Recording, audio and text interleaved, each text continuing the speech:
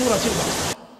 قال الله عز وجل في هذه السورة المباركة: ولله المشرق والمغرب فأينما تولوا فثم وجه الله إن الله واسع عليم.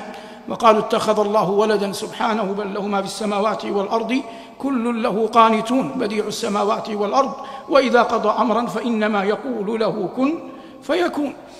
قول ربنا جل وعلا ولله المشرق والمغرب اختلف العلماء في سبب نزولها اختلافا كثيرا، لكنني لا أريد أن أدخل في تفصيلات خلافات العلماء، لكن الذي ينبغي أن تفهمه جملة أنه لا يجوز لأحد كما قال الإمام القرطبي رحمه الله أيا كان أن يتعمد أن يصلي إلى غير القبلة، اللهم إلا ما ثبت عن نبينا صلى الله عليه وسلم أنه كان إذا كان في سفر صلى أينما توجهت به راحلته.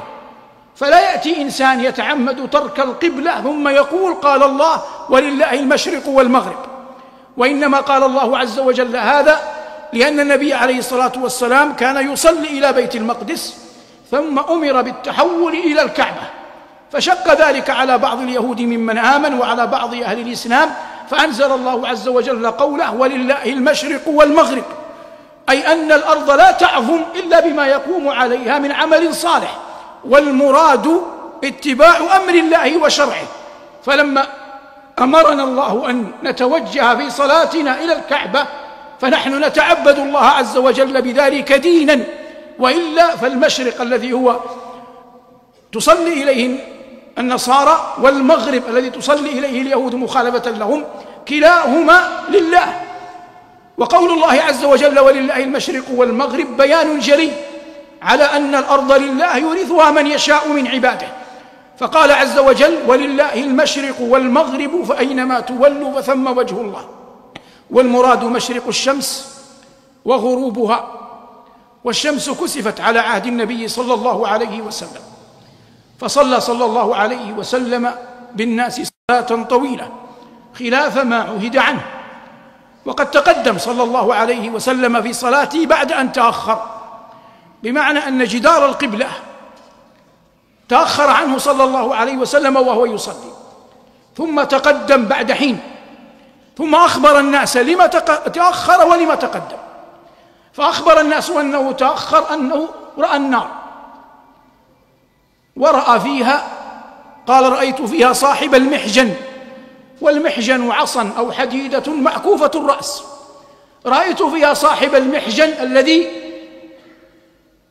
يسرق الحاج، فإذا فطن له قال تعلق بالمحجن، وإذا غفل عنه أخذه ومضى. ورأى صاحبة الهرة التي حبستها، فلا هي بالتي أطعمتها ولا هي بالتي تركتها تأكل من خشاش الأرض.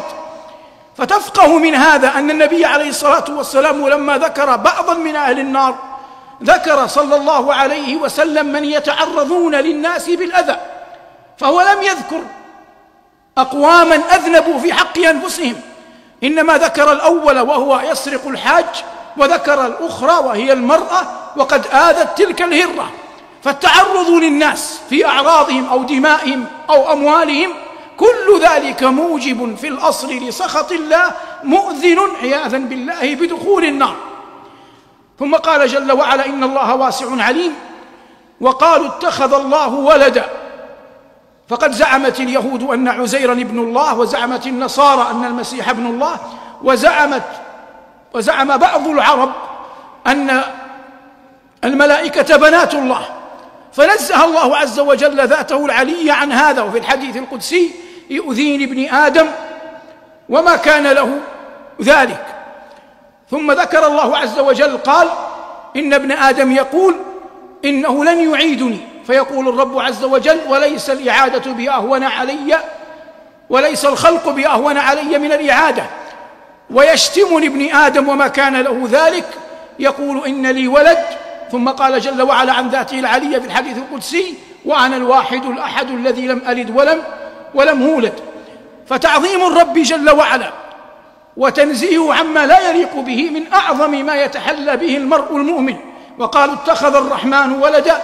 ثم قال جل وعلا سبحانه بل له ما في السماوات والأرض كل له قانتون.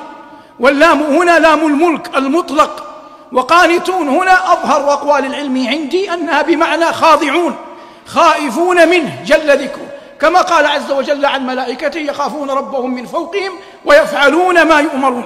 ثم قال جل وعلا بديع السماوات والأرض وإذا قضى أمرا فإنما يقول له كن فيكون.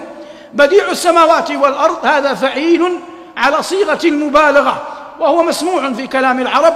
فقوله جل وعلا بديع السماوات والأرض أي خلقهما جل وعلا على غير مثال سبق، لأنه لا خالق غيره. وإذا قضى أمرا، ولفظ قضى في القرآن يأتي على معان عدة، وهو هنا بمعنى أراد. وإذا قضى شيئا فإنما يقول له كن فيكون. ولا ريب أن أمر ربنا بين الكاف والنون لا يعجزه شيء في الأرض ولا في السماء.